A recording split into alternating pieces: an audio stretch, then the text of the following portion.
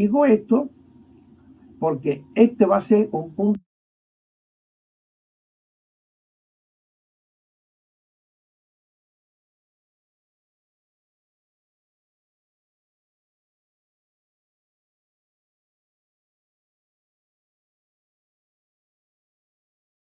a distancia corta, que se había hecho más larga. Para mí era importante el poder llegar a hacer un estudio y en sacar la rosa de disparo, el diámetro de la rosa de disparo.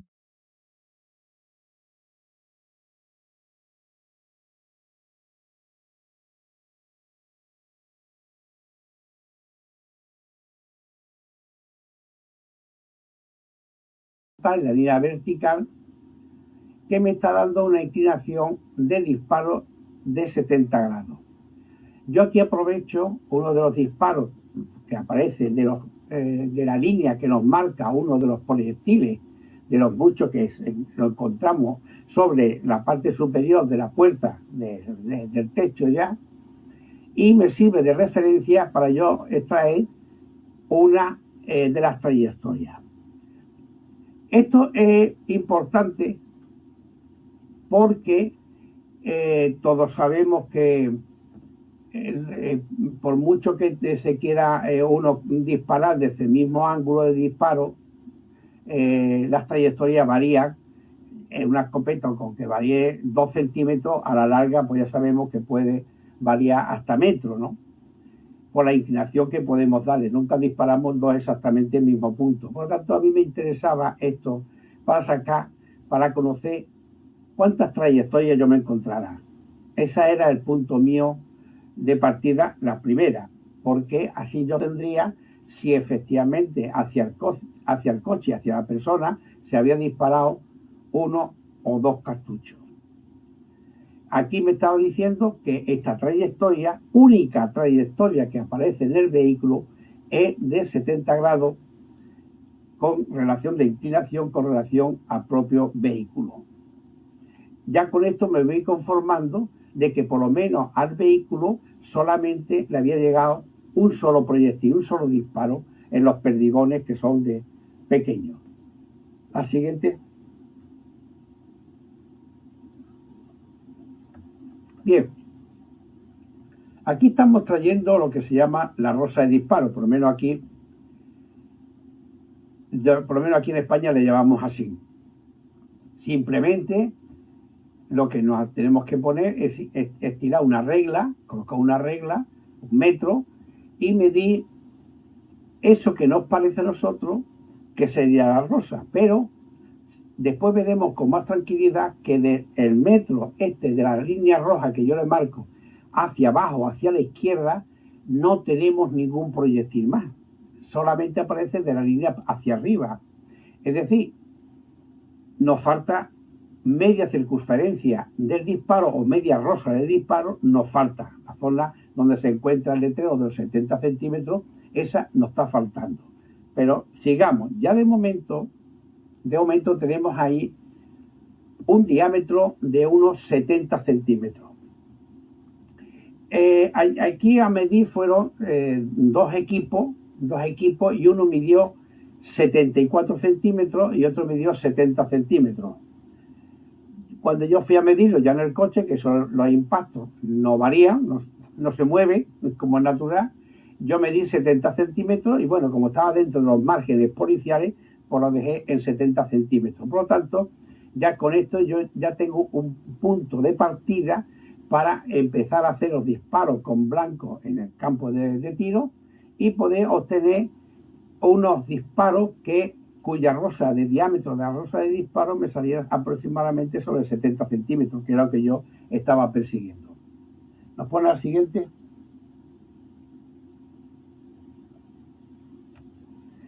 Bien, como vemos aquí, tenemos impacto nada más que en el marco derecho y en el marco superior. Es una zona que es la única parte que tenemos interior, tenemos algunos proyectiles más, pero es la única zona que tenemos medible, porque ya dentro, en estos cambios de planos que tenemos, se hace complicado se hace complicado el poder medir, el poder obtener diámetro de esa rosa, y es imposible, es prácticamente imposible. Y teniendo en cuenta que, como yo decía antes, en la zona izquierda baja, eso nos faltan proyectiles ahí, porque sabemos que si el tubo redondo y el cartucho redondo, tiene que salir algo redondo aproximadamente, dependiendo que eso, un disparo nunca es perfectamente un diámetro redondo.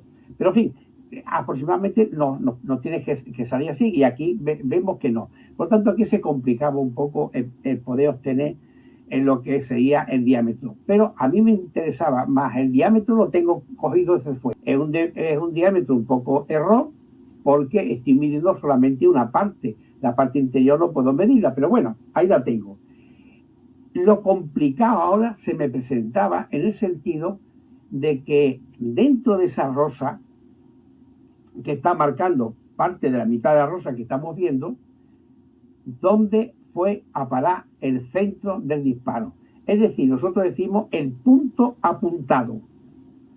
¿Dónde le dio el disparo a este hombre? Es lo que queremos saber. ¿Dónde dio? ¿Dónde apuntó ese hombre? Él dice que no se acuerda, y pues posible. La adrenalina él lo tenía a tope, y es posible que no se acuerde. Pero yo necesito comprobar y demostrar dónde fue a parar el grueso de disparo de ese. Es decir, ¿intentó matar o intentó hacer daño en el coche? Ese era mi principal trabajo para poder decir, pues este hombre, el disparo fue directamente hacia esta persona o fue directamente al vehículo. Siguiente, por favor. Bien. El vídeo, como estamos en la fotografía de la izquierda, estamos viendo que el vídeo de la puerta de cristal de la ventana del copiloto estaba rota. Yo ahí ya se me perdía un poco la oportunidad de conocer dónde había dado el proyectil. Yo estaba viendo que en el cristal este sí había dado, pero ¿en qué lugar? No lo podía dividir. Ahí ya se me cogía un poco la cuestión. Sí sé que en el cristal triangular que hay en la zona más adelantada de ese cristal, que es lo que estamos viendo en la fotografía de la derecha, había dado, que ahora lo veremos, había dado uno de los perdigones de los proyectiles, y había hecho un cráter hacia el exterior. Siguiente, por favor. Bien, aquí se nos presentaba el interior del vehículo, y aquí viene lo complicado. ¿Cómo podemos medir esto? ¿Cómo podemos medir nosotros la trayectoria y saber exactamente la trayectoria donde se encontraba? Me encontraba una satisfacción, porque en un principio también se hablaba de que disparó en el momento de que estaba todavía sentado junto al volante, sentado en el asiento y en el volante. Eso era no haberle dado respiro o algo de poderse salir corriendo, por decirlo de alguna forma, o de defenderse. La puerta sabemos que estaba abierta porque el taco uno de los tacos se encontró dentro del vehículo, pero como vemos en el espejo retrovisor, que lo tengo marcado con el número 3, y el pino de olor con el número 2, ahí habían llegado ciertos proyectiles. Estaban perfectamente definidos, se veían perfectamente. Pero esa parte, en la zona de la trayectoria de todo ese global, esa parte le hubiese cogido la cabeza. Es decir, si el conductor está sentado en el volante, en la posición del conductor, él con su cabeza tenía que haber tapado la parte del espejo retrovisor y del pino de olor. Eso me tranquilizaba de que el tiro se había producido fuera ya del habitáculo de esto. Por lo tanto, ya tenía yo un margen de discusión para decir, no. A pesar de que se ha hablado de que este hombre estaba sentado, que nadie decía lo contrario, nadie dijo que estaba de pie ni estaba sentado. nadie lo dijo. Luego entonces esa pequeña desconocimiento de lo que había ocurrido, pues había que decirlo, había que explicarlo, cómo había sido, cómo ese disparo no pudo alcanzar la cabeza, no le llegó a la cabeza porque se encontraba fuera del habitáculo. Esa es la cuestión. El volante, con el número 1, en el volante yo no lo tuve en cuenta. ¿Por qué? Porque yo no sé cómo se encontraba el volante en el momento de recibir ese disparo. No sé si estaba así, si estaba más abajo, si estaba más arriba, no lo sé. Como no lo sabe, como no puedo demostrarlo, pues yo eso lo dejé afuera. No lo quise poner, no quise hacerme cargo de él y decir, bueno, y lo digo en el informe, que no le hago caso por las circunstancias estas que estoy hablando. En el frontal tenemos, ya al final, tenemos en el nervio del cristal parabrisas y el marco de la puerta, tenemos varios perdigones, en el cristal pequeño también, y junto al tirador, con el número 5 que lo marco, también había 3 perdigones en total. Es decir, estamos viendo que hay una configuración ahí y tal, pero yo lo que a mí el propósito era, en este momento, eran dos principalmente. Era conocer cuál era el diámetro de la rosa, que ya lo teníamos, pero a mí me interesaba muy mucho era saber el centro, el conjunto de perdigones donde había llegado. Eso para mí era fundamental, porque así veíamos lo que llamamos el punto apuntado, o sea, es donde dispara, donde apunta a dar. Eso para sacar la intencionalidad que esta persona pudiera llevar, yo tenía que sacarlo como fuera. Siguiente. Primeros planos del pino y del espejo.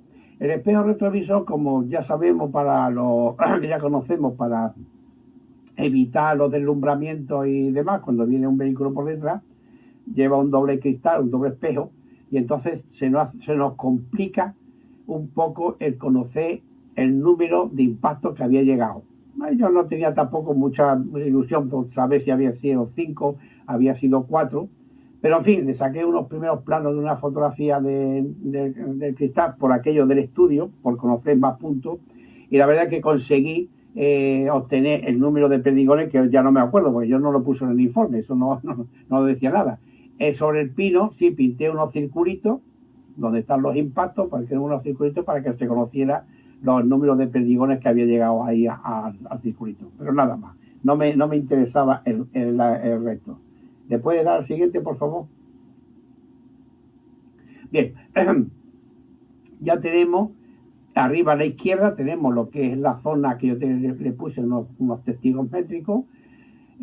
Tengo primeros planos de eso, pero en fin, para hacerte un poco global, pues el óvalo que he pintado ahí, pues es la zona donde aparecen los perdigones. Después veremos una ampliación mejor. En el de la derecha, arriba a la derecha, tenemos el triángulo pequeño. A la derecha, debajo, el único perdigón que entró en ese cristal de arriba del triangular, que yo le he puesto un marcador, que hay un cráter de salida. Es muy bonito el cráter. El cráter, si lo hacemos, si lo estudiamos bien, nos puede indicar con bastante exactitud la dirección de los proyectiles que llegaron ahí. En este caso me daba igual, porque yo lo que quería saber el conjunto global que había llegado, el centro de la rosa de disparo, que era lo que a mí me podía aclarar dónde apuntó esta persona. Al fin y al cabo, es uno de los periféricos que van muy perdidos y que no me aclara nada, además es uno solo. Y en el de la derecha, el de la izquierda debajo, que es la puerta de esto, que parecían 3 proyectiles ahí, que tampoco me dio nada, pero en fin, hay que sacarlo y hay que fotografiarlo para conocer hasta dónde me llegaron estas cuestiones. El siguiente.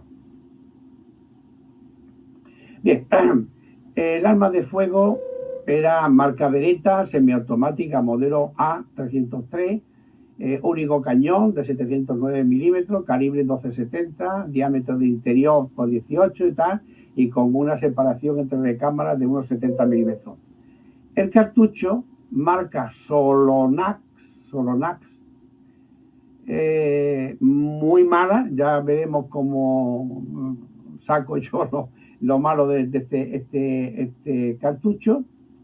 De 12,70 con plomo del 7,5 de 2,37 milímetros. Dicho sea de paso, yo utilizo, pues, como la mayoría de los peitos, un calibre pie de rey, pues digital, y me dio por medir 8 o 10 perdigones de estos, y ninguno me dieron igual. O sea, siempre me daban medidas diferentes. Y de ahí me dio la idea después de, en el disparo, de explorar un poco más, y di con un problema que tenía estos tipos de cartuchos, que después explicaremos ya mañana, porque hoy no nos entraría. Siguiente. La escopeta sería esta. Sé que todos entendéis de cartuchos y demás, pero yo siempre, pues, en los tribunales, pues no todo el mundo sabe de proyectiles y sabe de cartuchos, sabe de demás, y yo siempre coloco un cartucho, yo lo tengo cortado para que se vean los perdigones y demás, porque en España al menos hay un desconocimiento muy grande sobre armamento. Digo, afortunadamente, porque poco a poco en España ya vamos viendo más tiros por la calle, y eso a nadie nos gusta, ¿no? Entonces, en los tribunales, cada vez que voy a juicio por cuestiones de balística, pues me cuesta trabajo explicar las cosas, porque no se entiende. Yo en algunos, pues, me sonrío de la barbaridad que se dice. Digo, me sonrío por no tirarme al suelo con un ataque de risa, porque vamos, se escucha cada cosa, pero en fin, yo entiendo que así no saben de armas y no saben de balística, porque se diga esas barbaridades, lo considero normal. Por lo tanto, yo siempre en mis trabajos lo suelo colocar, en este caso en este cartucho, lo abrí de más. Y antes que se me olvide, yo tengo aquí la caja, no sé si la podéis ver. Sí, aquí está. La caja de esta. La caja, que todavía tengo aquí algunos proyectiles. En los ensayos que hagamos en plan de prueba, como yo hice, que ya mañana lo veremos, para obtener resultados, en este caso a distancia y la calidad de los cartuchos, es conveniente de siempre hacer el ensayo con las mismas balas, los mismos proyectiles que ocurrió el hecho. ¿Por qué digo esto? Porque esta misma caja, todos los cartuchos que había dentro, los dos que se dispararon, junto con los que quedaron, que yo hice los ensayos, son de la misma lote de la caja, y especialmente que el propietario ha tenido todos esos cartuchos en una conservación buena o una conservación mala, con mucha humedad, con poca humedad, con mucho aire, con poco, en fin, todo eso lo tiene igual. Por lo tanto, el cartucho siempre me va a proporcionar unas características, unos desarrollos, unos experimentos que se haga, y unos resultados que van a ser muy ajustados a lo que ocurrió. Es decir, si yo no tengo proyectiles o balas o cartuchos que se cometió ese hecho, yo tendría que buscarme uno similar, disparar. Entonces la conservación de los proyectiles, pues, o de las balas, varían. O me da un resultado, puede dar otro, mejor o peor. Por lo tanto, siempre en los ensayos que hagamos, procurar siempre de utilizar las mismas balas. En el supuesto caso de que se retire más balas, en esta cuestión se retiraron dentro del coche, me parece que fueron 5 o 6 cartuchos más sin percutir, nuevos, se recogieron y tal. Con eso se llevaron a la prueba balística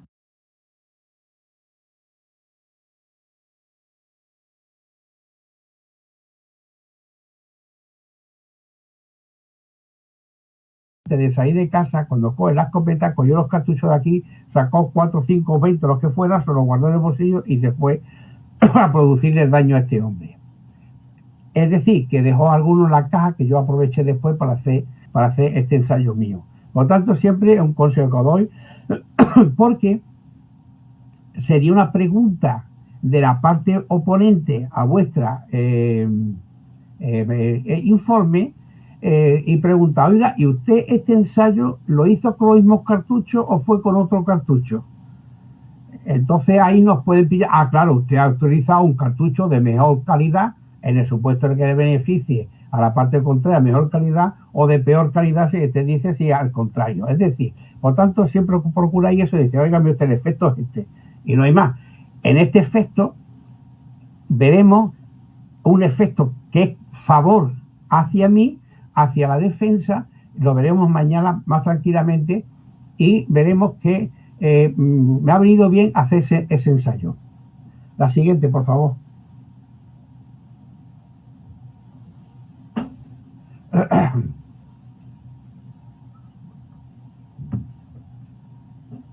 Bien. Ahora ya nos topamos con localizar el centro del disparo, o lo que llamamos punto apuntado. Eso es lo que yo hablo del punto apuntado, es demostrar al tribunal si realmente hubo intención de herir a la persona o hacer daño al coche. Esa es la parte fundamental que yo quería.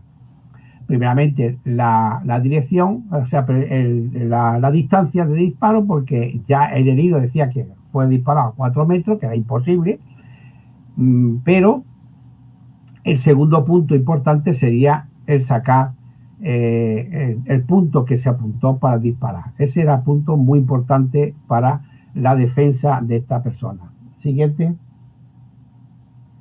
Bueno, pues dando de vuelta a este almacén que metimos el vehículo para hacer este trabajo, porque fuera pues estar una inclinación muy, muy regular, había piedras, y íbamos a estar muy incómodos. Entonces pues se procuró de meterlo aquí dentro de esta nave, que aquí fue donde hicimos otro estudio.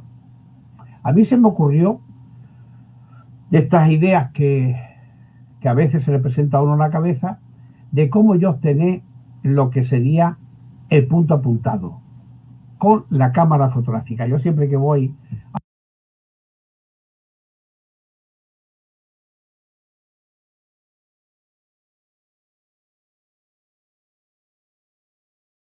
un objetivo zoom.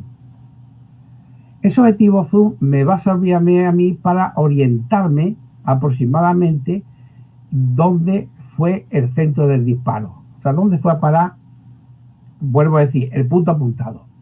De momento, la cinta que utilizo para obtener la mitad del vehículo, fraccionada a la mitad, y obtener los 70 grados, tiro una línea y la pego encima de la cámara fotográfica en el centro, en la parte superior donde está el flash, es donde se encuentra el objetivo. Pero claro, ya tenemos puesta la cámara enfocada perfectamente a esa zona, pero ¿era más alto o era más bajo? Ahí ya teníamos que jugar con el trípode subiendo y con el trípode bajando hasta encontrar el punto óptimo de los perdigones que había entrado dentro del vehículo. Aquí se hacía un poco más complicado, pero sí, con mucha paciencia, pues empezamos a hacer este pequeño ensayo hasta intentar de localizar lo que era este centro de disparo. La siguiente. Como primera fotografía que hacemos es esta. El primer problema que tenemos es los disparos externos que conocemos en la zona superior del techo, de la puerta, entre el marco de la puerta y el techo, más el costado derecho del marco de la puerta. Esos son puntos conocidos. Ya de momento estamos apuntando ahí de forma y procura de introducir lo que sería el foco de la cámara, centrarlo en esa altura. Una vez obtenido eso, seguiríamos entrando con el objetivo hacia adentro para intentar localizar el siguiente punto. Siguiente foto.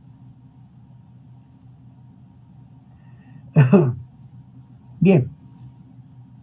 Aquí en la siguiente fotografía se trataría de sacar el espejo retrovisor por la zona de arriba más el pino y por la zona de abajo los impactos que nos aparecía en el costado de la puerta, más que entraba también lo del nervio de arriba, ese punto que tiene la separación de lo que es el marco de la puerta del copiloto con el cristal o con el vidrio parabrisas. Vamos sobrecentrando de esa manera, vamos enfocando el zoom, avanzando el objetivo zoom para ir consiguiendo eso así, más para arriba, más para abajo, hasta conseguir encontrar estos puntos que eran los que nos interesaban. El siguiente.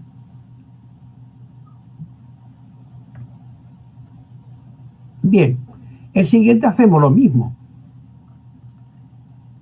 Los proyectiles que tenemos en el centro, en el nervio superior, lo estamos enfocando y ahora le buscamos el centro de esta circunferencia que hemos pintado, le buscamos el centro y el centro de esa circunferencia es precisamente el punto amarillo que hemos pintado ahí, y a mí me daba que ahí tenía que haber dado el grueso de los impactos de los perdigones, ahí tenía que haber dado ahí. Yo lo intuía, yo lo demostraba así, podía ser más arriba, más abajo, más a la izquierda, más para la derecha, pero según este pequeño estudio, porque no tenía otra forma de hacerlo, se me ocurrió así, porque era la única manera que yo, esto nunca lo había hecho antes, se me ocurrió y lo puse en práctica y lo pude llevar hasta el centro de esta forma. Quizá no sea muy científico, pero era la única manera que yo podía demostrar al tribunal que este hombre dio el disparo en esa dirección, no en la cabeza, dirección de la cabeza, ni otra dirección, sino simplemente a esa cabeza. Bien, en la siguiente, aquí estamos viendo otra circunstancia que también me sirvió a mí para orientarme sobre esta. Esta fotografía, como ya vemos sobre la derecha, ya sí aparece el vidrio. Esta fotografía no es mía. Esta fotografía es del cuerpo de policía que hace la inspección ocular, que es cuando yo la recibo. Esta fotografía yo la recibo ya pasado casi 2 meses y pico de haber comenzado yo. O sea, esta fotografía yo lo añado a mi informe porque obviamente yo, sin tener esta fotografía, no presento mi informe al juzgado, porque yo sabía que alguna imagen mejor que la mía yo la podía tener del cuerpo de policía, que llegó pues, a las 2 horas de haber ocurrido el hecho, y yo siempre me beneficio de eso como natural. En esto lo que he pintado aquí son unos óvalos, unos círculos, donde los proyectiles son horizontales y los otros, por la forma que tiene ese nervio, que es de plástico que tiene, pues entonces están un poco más inclinados, pero eso a mí me interesaba para demostrar que no era más alto ni más bajo, sino ese fue otro, no el foco principal, sí, pero sí de los periféricos. Siguiente. Bien, cuando yo recibo esta foto, fijaros cómo el cristal aún no se había caído, estaba roto, no se había caído, porque cuando este vehículo lo trasladan de este lugar de hecho, lo trasladan hacia el almacén que hemos visto anteriormente, donde yo empiezo a trabajar, este cristal pues se cayó, estaba todo totalmente cuartizado, entonces pues se cayó como natural. Y yo ese cristal no lo había visto, o sea que yo lo desconocía. Pero fijaros en el círculo que he pintado, que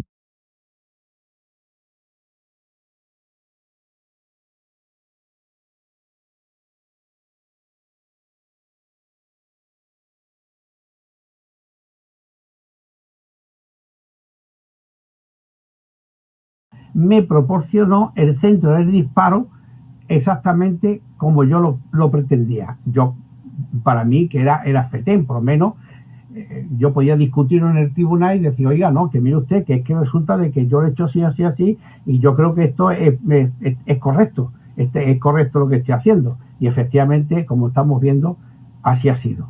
Siguiente.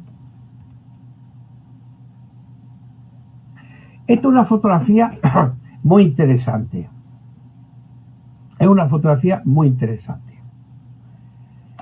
Estamos viendo el cristal este que era anterior, pero visto por fuera, donde abajo, en la parte del óvalo que he pintado, tenemos las salidas de los proyectiles que hemos visto anteriormente, el agujero que ha producido el cristal, ¿no? Pero arriba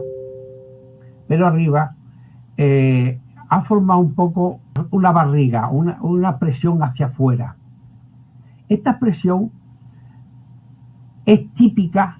Yo no sé si alguno de vosotros habéis visto alguna explosión dentro de un vehículo. Yo sí he visto bastante, varios, y los cristales se quedan así. Es decir, si hubiésemos habido perdigones suficiente para haber producido esa salida, esa onda hacia afuera, hacia el exterior, el cristal se tenía que haber roto más si hubiese llegado a algunos tipos de perdigones. Yo me voy a permitir que, ya lo he explicado unas veces, el disparo, después veremos mañana, que se celebró a entre 25 y 27 metros de distancia. Obviamente la presión de la pólvora que ejerce es una probabilidad pensar que había llegado aquí. Pero los cartuchos que se montan mecánicamente, podemos encontrar cuestiones, podemos encontrar errores que se cometen, la misma máquina lo comete, que nos puede producir un efecto que no es lo normal, como este caso. Este caso, el taco tampoco había llegado aquí, porque no podía haber el taco llegado más alto que los propios proyectiles. Eso creo que lo tenemos claro. La presión de la pólvora, no, porque son 25, 27 metros, tampoco sería muy prudente decirlo así. ¿Podemos decir que el cartucho tenía correctamente su cantidad de pólvora dentro? Pues no lo sé. No lo sabemos. Podría tener el doble, podría tener el triple, podría tener 4 veces más, no lo sabemos. Es decir, eso a mí me desconcierta un poco y lo puse en el informe. Lo puse en el informe que que me daba cuestiones raras, y eso en explosiones sí ocurre así, y ahí no hubo explosión, ahí lo que hubo fue un disparo. Siguiente. Bien.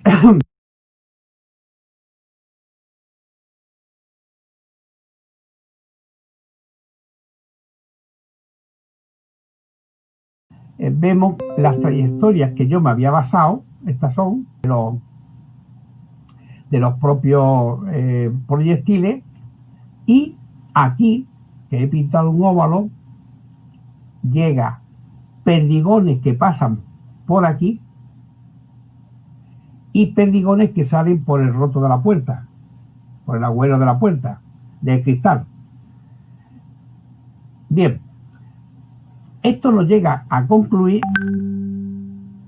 que mañana lo veremos quizás con más tranquilidad, es que estos tipos de perdigones, según los fabricantes, deberían de llevar alrededor de 413 perdigones.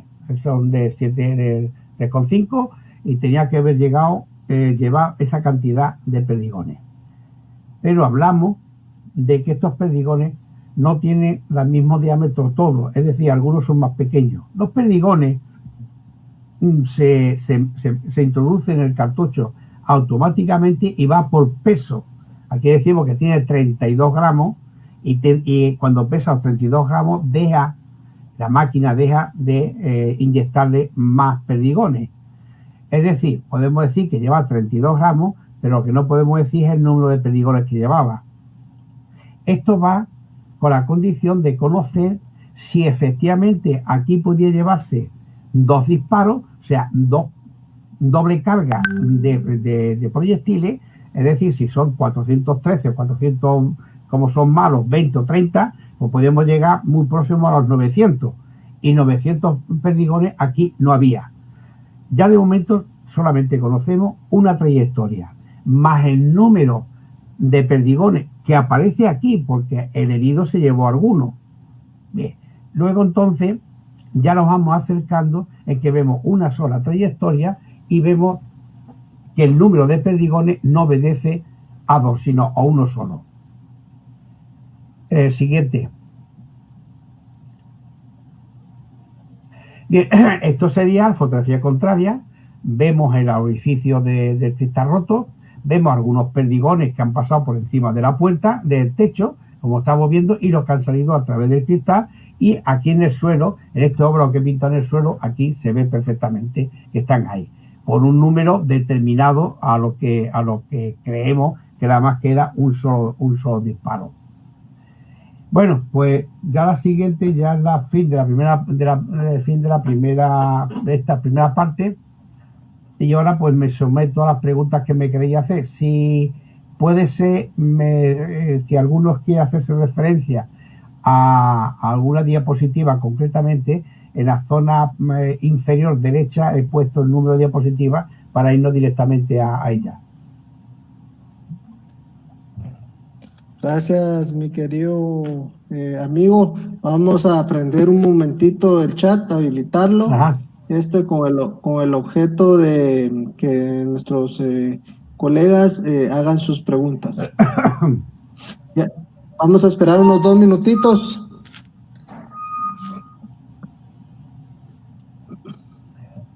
Ya están entrando los chats. Vamos a esperar unos 2 minutos para concretar las preguntas, y en un ratito las leo y tú sí, nos respondes. Déjame contarte que están conectados más de 740 personas. Uy, son muchos. Sí, aquí estamos. Saludos a todos. Tenemos varios compañeros de distintos países, de Belice, Colombia, Argentina, Perú, Ecuador, Salvador, Honduras, Costa Rica, México, Estados Unidos, y hoy que vi a un compañero que desde Belice nos manda saludos hasta Belice. Ajá. Vamos a esperar un minutito en lo que los compañeros hacen sus preguntas. Mañana la cosa estará un poquito más fuerte, porque vamos a hablar ya de los resúmenes de esto. Vamos a tocar unos patrones de mancha de sangre que a mí me resolvió algunos, me aclaró algunos puntos oscuros que se tenía, los ensayos que hicimos en el campo de tiro, y así terminamos. Yo opino que el perito tiene que en el informe desarrollar todo lo que está viendo. No podemos dejar nada al azar. Es decir, tenemos que explicar todo para el tribunal. Mañana, yo en el caso este, como veremos mañana, pues la posición exacta que tenía, según yo, tenía la persona herida, que era el conductor del vehículo. Yo solicité a través del juzgado que el hospital me facilitara la radiografía de los perdigones que tenía este hombre en el cuerpo, ¿no? Te podía ser perjudicial o beneficioso, depende de cómo queramos verlo.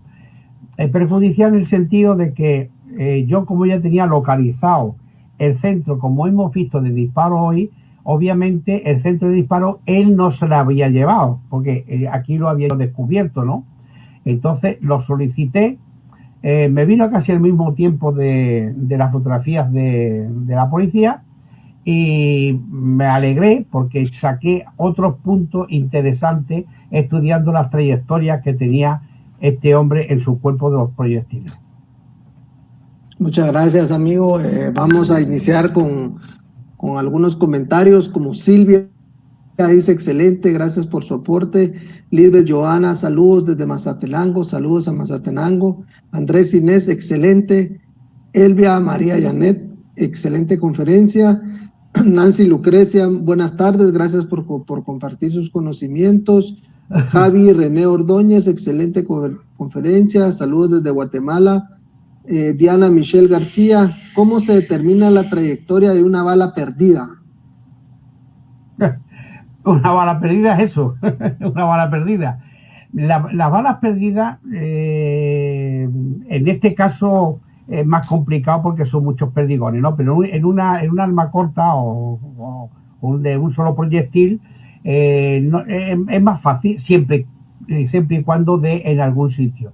Yo tengo otro trabajo de un compañero mío que ya vestido de uniforme, trabajando, pues fueron a atropellar con su vehículo, que utilizó el vehículo como arma para herirlo, para matarlo, y entonces este hombre disparó 2 veces y tal, ¿no? Entonces tuve que arreglármela para poder primeramente sacar la distancia del disparo y qué disparo sería el primero. El primero se supone que dio próximo a la rueda delantera izquierda y el segundo la atravesó en la mano, por la mano derecha, que la llevaba sobre las 12 en el volante. Entonces tuve que ingeniármela para demostrar lo mismo que estoy demostrándolo aquí. Me quedó bastante bien, incluso el fiscal me llegó a felicitar por el buen trabajo.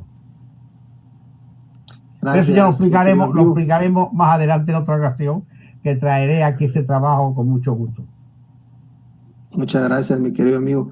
Rudy Alberto Fuentes, gracias por la conferencia. Saludos desde San Marcos, saludos a San Marcos. Luis Fernández pregunta si la ubicación de los casquillos de bala se puede evidenciar qué tipo de arma se usó.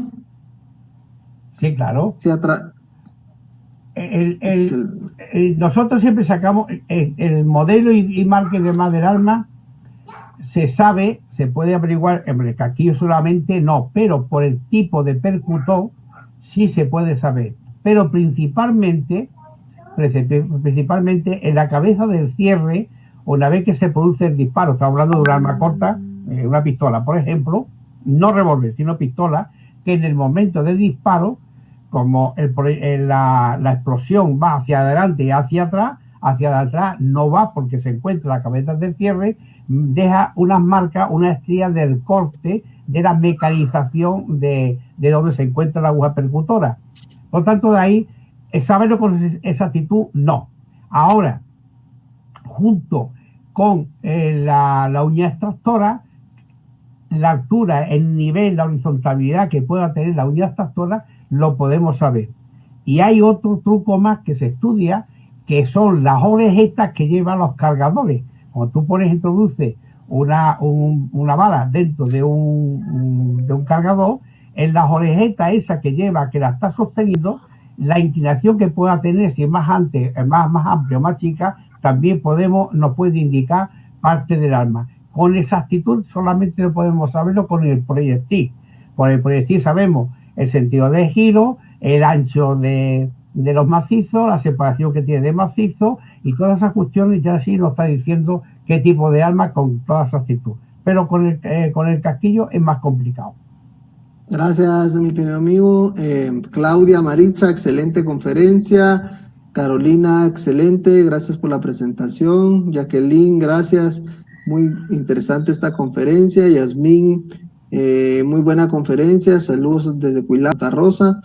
Axel dice, Axel Donaldo Chan, la expansión de la puerta pudo haber sido causada por la presión del carro por estar cerrado antes del impacto. No, estaba abierto. Estaba abierto puesto que la puerta no tiene nada. La puerta no tiene de estos perdigones ninguno, impacto ninguno. Mañana ya veremos la reconstrucción que yo hago. Yo reconstruyo con un muñeco hecho con el programa POSE y lo coloco según la postura que tiene, según la trayectoria que yo le veo en la radiografía. La radiografía, por condiciones obvias, por razones obvias que no podemos enseñarla, porque eso aquí por lo menos en España lo tenemos muy castigado, enseñar cosas particulares, personales, y entonces pues no lo había sacado obviamente, ¿no? Pero a través de la radiografía yo estudié la trayectoria y me dio unos puntos que al principio no tenía. No lo pidió nadie, no lo pide el fiscal, no lo pide la Guardia Civil, no lo pide la acusación, tampoco lo pido yo, que estoy a la defensa. O sea que no era normal, pero yo sabía muy bien lo que estaba pidiendo. Muchas gracias, mi querido amigo Werner. Gracias por su aporte. Luz Victoria, el proyecto atraviesa de lado a lado. Vamos a ver. Luz Victoria dice, el proyectil atraviesa de lado a lado, la barrera continúa su trayectoria. De lado a lado, no, lo único que atraviesa es el cristal. Excelente. El cristal del copiloto, porque la puerta estaba abierta. Excelente. Paola Andrea dice, Mayorga, excelente conferencia, saludos desde Santa Cruz de Bolivia. Julio César Cojolón dice, excelente conferencia. Ya vimos el determinar la distancia de una bala perdida. Paulowski Miguel dice, por la medida de los perdigones no se puede evaluar la cantidad de perdigones. Sí, no, los fabricantes, no hace falta de verlo, o sea, los fabricantes tienen una línea donde dice perdigones de tal calibre, pues lleva tanto. Los fabricantes, los manuales y todo te habla. Este concretamente debería de llevar 413 perdigones. Pero hay que tener presente una cosa, que estos son cartuchos que no son montados a mano, no son hechos en casa, en domicilio, ¿no? Artesanales, sino están hechos en la fábrica. En la fábrica lo que hace es que pesa los 32 gramos de plomo que debe de llevar, y eso es lo que le da. Es decir, no va contando perdigón a perdigón, sino cuenta solamente el peso. Si estos perdigones tienen menos diámetro de lo debido, suponemos y entendemos que tienen menos peso. Al tener menos peso, en lugar de introducir 413, que sería su número exacto, puede poner 440 o 450, o sabe Dios cuánto. No podemos, o sea, eso, nosotros cuando vamos a un inspección ocular o una reconstrucción de algún hecho delictivo de esta categoría, no podemos dar por bueno de que ese cartucho es igual que al que tengo en la mano que no se ha disparado. No, porque son cargados mecánicamente y puede tener error el anterior. Este igual podría haber tenido un error, tener más pólvora de la que debería, o tener más plomo, tener menos plomo. Nunca podemos darlo. Yo con eso discuto mucho. Yo decía aquí a un compañero que había más de 413, que era su número. Me decía, bueno, pero vamos a ver, esos abrimos un cartucho y lo contamos. Digo, sí, y sabremos los perdigones que tiene ese cartucho, pero no el cartucho que se disparó. Ese es la cuestión. Es decir, podemos saber el que se disparó, es lo que hace falta. El que tengo en la mano no me importa. Muchas gracias, Alexis. Daniel Guzmán indica cuál sería el método más acertado para poder identificar el punto apuntado. En este caso, la cámara de fotos. Si no tenemos lo que el foco principal, como en este caso el cristal roto, no podemos tenerlo, nada más que medimos lo que tenemos para medir. Si esto hubiese dado una pared, una puerta o algo, y tenemos proyectado completo todos los perdigones, es muy fácil contarlo, muy fácil medirlo. Pero en este caso, que tenemos una profundidad con varias capas de perdigones, se nos complica. Y ahí lo que tenemos que hacer es medir el primero. Medimos el primero, como en este caso. Lo que pasa es que medir este primero también es un poco erróneo, porque en realidad estamos midiendo el diámetro, o más de un diámetro o menos de un diámetro, porque el hombre es que el herido se llevó algunos perdigones. Entonces, medimos más, medimos menos. Pero claro, es lo que teníamos. Gracias, mi querido amigo. Buena conferencia, saludos hasta Santa Elena, Varías, Huehuetenango. Alexander López, gracias, excelente conferencia. Saludos hasta España, desde Guatemala, le mandan saludos, doctor. José Francisco Pacheco, excelente conferencia. Jocelyn Estrella, saludos desde Guatemala. Benfer Fernando dice, ¿en qué línea se basa para encontrar el ángulo del trayecto del proyectil? Bien, nosotros el ángulo exactamente no podemos obtenerlo. Lo que obtenemos es con relación a sitio donde llegó. Es decir, qué ángulo tenía el arma con relación al sitio que llegó, en este caso el vehículo. Cortamos por la mitad, lo medimos, en este caso tenía que hacer referencia a aquello, no hace falta, simplemente con medirlo podemos tener el diámetro, o sea, los grados de orientación del disparo. En los casos que son proyectiles, que son únicos proyectiles en el arma, que podemos disparar varios, donde ponemos los láser y ponemos las banderas y eso lo ponemos, ahí lo que medimos es la orientación de inclinación y con relación al plano del suelo. Yo lo que hago en este caso, que siempre me ando quejando en las cosas, y es que cuando el vehículo del lugar derecho ha huido y no sabemos, cuando se recupera y no sabemos el punto exacto donde se encontraba cuando recibe los impactos, yo lo que hago es que tengo un medidor de ángulo electrónico, o sea, digital, y lo pongo en el suelo donde se encuentra el vehículo. Y cuando está puesto en el suelo, le doy a 0. Entonces, para mí eso, por mucha inclinación que tenga el suelo, siempre es inclinación 0. Y ahora empiezo a medir las varillas o los láseres, depende de cómo lo esté haciendo, y siempre le doy la inclinación que tiene los láseres esto con relación al punto 0 del plano. Es decir, esto tenemos que tener también acostumbrarnos porque únicamente no podemos fallar.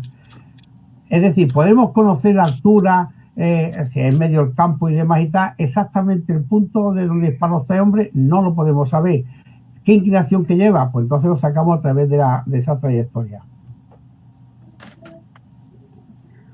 Gracias, buena conferencia, saludos desde Santa Rosa, Héctor Saúl Rivas, David Estuardo Peralta, saludos desde Matitlán, excelente conferencia, José Francisco, saludos, Stephanie Hernández, excelente conferencia, Henry Giovanni, presente de Guatemala, Jonathan Paquí. ¿Cómo determina la trayectoria de un proyecto cuando ha impactado en el cuerpo de una persona? Saludos desde Ecuador, excelente conferencia. Bueno, en este caso es más complicado, Si tiene varios impactos, quizás nos pueda ayudar, porque lógicamente cuando se recibe el primer impacto, la persona pues se inclina o se cae o tal, ¿no? Entonces nos puede orientar cuando se encontraba erguido, si lo podemos decir así, y después cuando se recibe los demás impactos. Si es cercano, que nos deje los tatuajes, los falsos tatuajes, eso lo podemos estudiar. Eso yo siempre digo, cuando partimos un chorizo con una inclinación determinada, el óvalo que nos produce, pues eso lo podemos aplicar sobre aquí y sacamos por las trayectorias por el sistema de estudio igual que la mancha de sangre, igual que una gota de sangre que cae, la inclinación que podemos tener, pues el proyectil en un tiro en una carrocería de un vehículo, pues nos saldría igual y demás y tal. En las personas es más complicado, y eso pues simplemente tenemos que meterle la varilla. Si es cadáver, pues entonces mucho mejor, pero si no es cadáver, no podemos hacer, nos voy a decir, oye, no te vayas a morir todavía, que te voy a meter la varilla a ver qué inclinación tiene, y ya cuando lleves al hospital que te operen. No, entonces normalmente, al menos en España, los cirujanos que operan en los hospitales no tienen conocimiento de medicina legal, de forense, ¿no? Ahora sí se quiere poner, hace algún tiempo yo estuve leyendo que el gobierno sí quiere darle una referencia, porque la verdad es que nos encontramos con tropiezos con esa cuestión, ¿no? Porque los cirujanos van a cortar y van a curar y no saben si estaba aquí, estaba allí y tal, no lo desconocen. Entonces una dar unas pequeñas conferencias por parte de los médicos forenses para que nos explique y tengamos alguna referencia mejor para el día del perito pueda hacer una valoración de las trayectorias, si hubo más, si fragmentó dentro, si la cavidad temporal, que también es importante, en fin, etcétera, etcétera, que los cirujanos a eso no lo establecen. Es más complicado en el cuerpo humano, pero en fin, también se puede hacer algunas cosillas. Muchas gracias, felicitaciones, buena conferencia.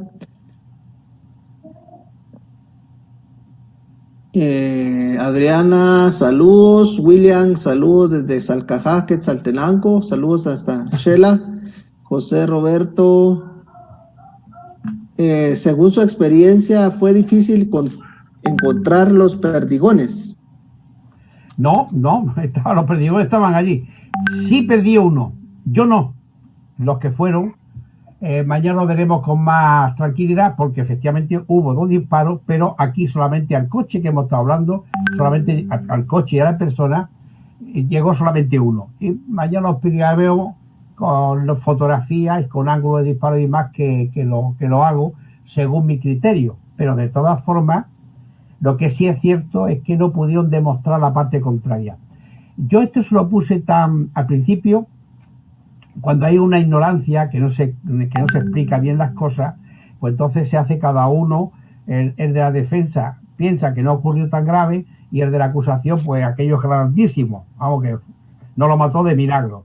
Eso es lo que, como es natural, ¿no? Cada uno piensa lo suyo. Entonces, hasta que no se explica toda esta cuestión, cada uno piensa una cosa diferente y ahí tiene que llegar alguien y decir, no, esto es así, esto es así, esto es así. Cuando esto llegó, la fuerza pública puede hacer su trabajo, el fiscal estaba pidiendo 7 años de condena más la indemnización por las lesiones que había producido. Cuando se llega al juicio no hubo, porque llegaron unos acuerdos y se le quedó en 3 años más la indemnización. O sea que le rebajaron bastante, de condena. ¿Por qué? Porque no tenía la forma de demostrar lo que yo en principio se decía que había producido el disparo, que había sido 4 metros, que no sé qué y tal. Por lo tanto, es bueno explicar hasta este detalle, por lo menos para esclarecer tanto a una persona como a la otra. Y se ve perfectamente que uno miente y otro sí te estaba diciendo la verdad. Por eso yo siempre llego al final para explicar todo con el máximo detalle que pueda hacerlo. Ahí se ve los conocimientos que tiene una persona de balística y se pone al servicio de lo que es la justicia para que la persona, en este caso que disparó, le caiga en condena lo que en justicia le corresponde.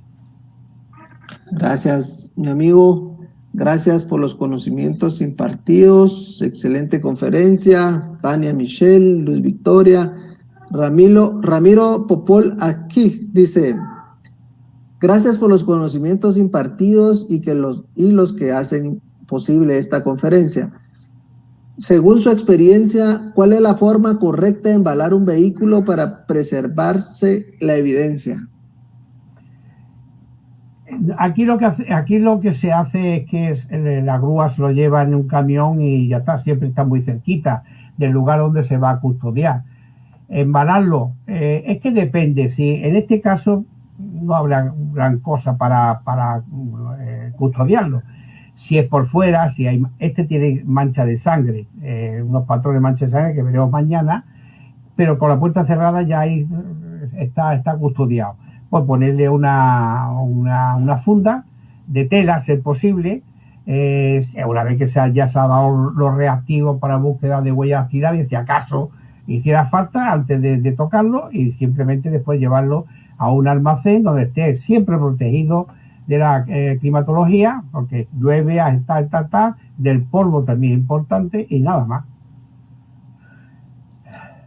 Excelente, mi querido amigo. Andrea Lucía Arriola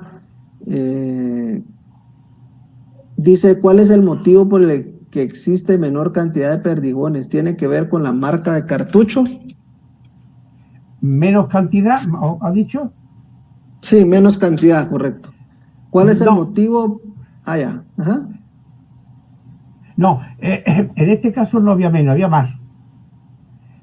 La carga de estos cartuchos, que son que no son artesanales, que no lo hace cada uno en su casa, ¿no? Que lo hace se hace en máquina.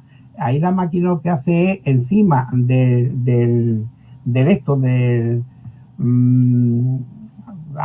taco, dentro del taco deposita, una vez que está metido el taco, deposita hasta 32 gramos, en este caso hasta 32 gramos de perdigones.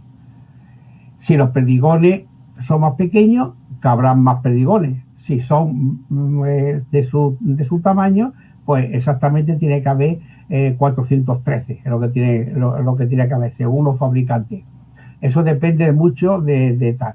Si es menos cantidad de lo que tú me estás diciendo, que es posible, como menos pólvora, que el cartucho llega a más que a 2 metros cuando disparamos, ¿no? También es posible, pues, el defecto de la máquina, que no ha cargado los perdigones que debía hacerlo. Pero eso todo es máquina. En máquina puedes poner de más, puedes poner de menos, o sea, puede quitar y dejar de menos. Por eso, nunca referenciar un proyectil que se ha disparado ya con uno que tenemos en la mano por disparar. No es lo mismo, no es el mismo. Eso meterlo en la cabeza, porque no puede jugar malas pasadas. Gracias. Dice, saludos desde Ecuador, muy buena conferencia. Saidi Marina, excelente conferencia. Alejandra Isabel, buenas tardes. ¿El dictamen de balística es vinculante con la resolución del juez? Sí, claro. Claro, porque en este caso, el informe balística, en este caso, lo principal ha sido que yo he puesto en claro lo que allí había ocurrido con las pruebas, con las evidencias que me encuentro. Yo soy muy amante de lo que decimos la cadena de evidencia. La cadena de evidencia yo le llamo a aquellas evidencias que yo me encuentro que van relacionadas una con otra. Pero cuando tengo, por ejemplo, una cascada, que yo también le llamo cascada, de evidencia, es cuando es evidencias que me encuentro que no están relacionadas directamente unas con otras, pero sí con el hecho en concreto. Yo lo pongo sin desaforme. Entonces yo lo que pretendo es que las evidencias que me estoy encontrando, unirlas en cadena, de forma de que esta escopeta y estos perdigones hizo esos impactos. Es decir, ¿aparecieron proyectiles ahí de mayor calibre? No. Por tanto, estamos relacionando los proyectiles con ese arma. ¿La trayectoria es coincidente? Sí. Eso pertenece también a la cadena de disparos. El orificio del cristal, sí, nos facilita que fue el punto apuntado. O sea, todo esto es una cadena de evidencia que yo lo pongo en las manos del tribunal, y como nadie me puede llevar a la contraria, porque si 2 y 2 son 4, nadie nos puede llevar a la contraria, aquí igual, pues entonces se tiene que conformar con lo que yo he dicho, que yo voy de perito de parte, que muchas veces voy de perito judicial porque estoy nombrado por el juzgado, pero en este caso yo voy de perito de parte, que es de parte del que dispara, de la acusación. Gracias, amigo. Dice Nancy Carolina, al momento de hacer una reconstrucción balística cualitativa, ¿cuál es el procedimiento? El procedimiento en las reconstrucciones balísticas es complicado, porque es complicado en el sentido de que tenemos que poner, primeramente, sacar muchas fotografías. Yo siempre digo que el perito, más que perito, tiene que ser fotógrafo, buen fotógrafo, conocer su cámara y sacar muchas fotografías. Tiene una inspección ocular o de un lugar, de un hecho. Con 50 fotografías va bastante bien, pues si sacamos 150, mucho mejor todavía. Buena calidad, muchos planos generales y muchos planos primeros. Planos de detalle que yo le llamo. Bien, construcciones balísticas depende de lo que tengamos. Hay veces que tenemos más y veces que tenemos menos. Es importante que se hace una persona la expulsión de estos, de las heridas, de la sangre o de lo que sea. Y pongo un ejemplo. Yo pongo un ejemplo del caso del fiscal Gisma de Argentina. Este hombre, yo no, obviamente yo no estuve allí, ¿no? Pero he visto fotografías que he puesto por internet y algunos informes que he visto que son tanto uno a nivel policial y otro a nivel particular, que uno decía que eran suicidio y otro que había sido un homicidio. Bien, si alguno ha visto algo referente a este tema, este hombre parece ser que se dispara él solo y hace una proyección sobre el lavabo del cuarto de baño y allí aparece una proyección que se trata de un resto de masa cefálica puesto por allí. Esa masa cefálica, que está muy bien puesta, pero está con una distribución mal hecha. Es decir, esa proyección de masa cefálica, imposible de que quedara así, digo imposible rotundamente, imposible que quedara puesta de esa forma.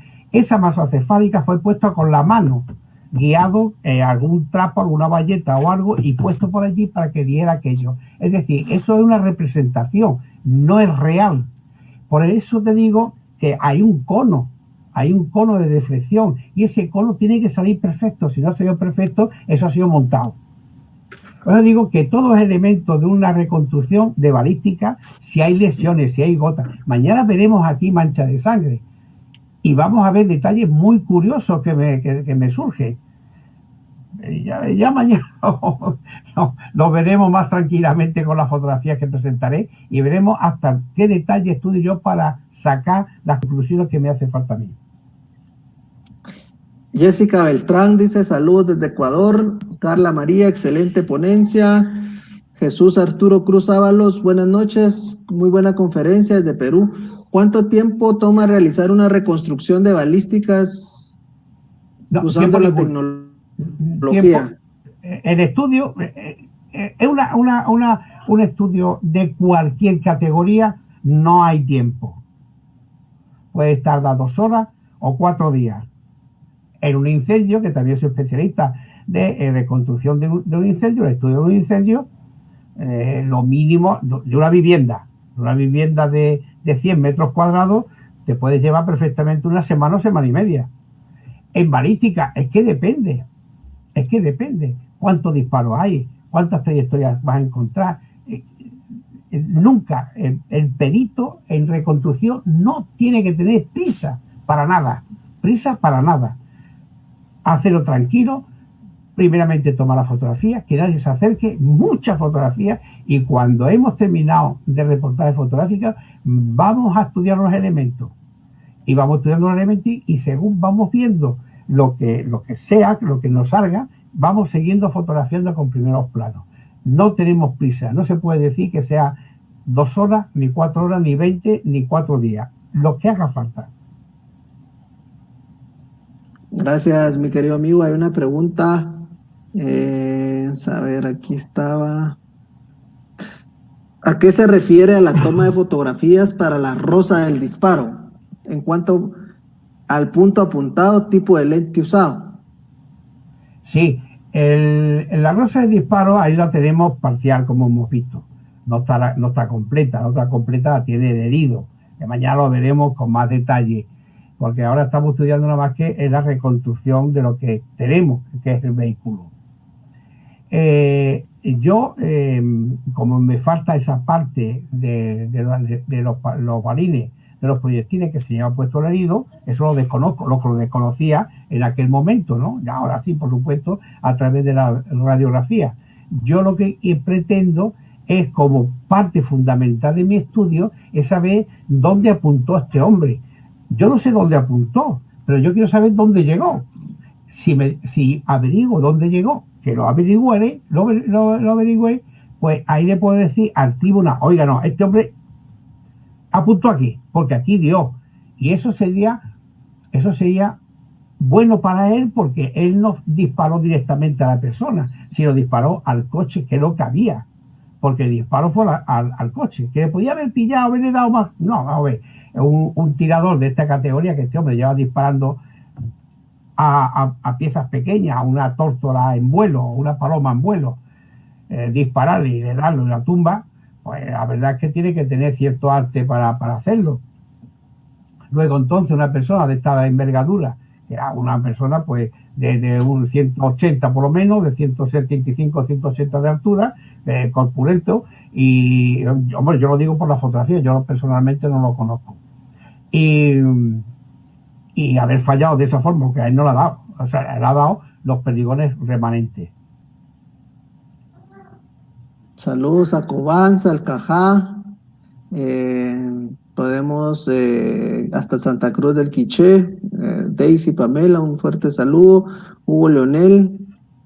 ¿Qué pasa cuando disparan con varias armas? ¿Cómo lo califica? En un principio no se puede averiguar, hombre, se puede averiguar si varía el diámetro del proyectil a simple vista. Ahora hay que lanzarle los láseres, la varilla con los láseres, que me va a apuntar y recoger los proyectiles, recogerlos de dentro del vehículo, si es un vehículo o si es tal. Entonces eso lo sacamos por el calibre.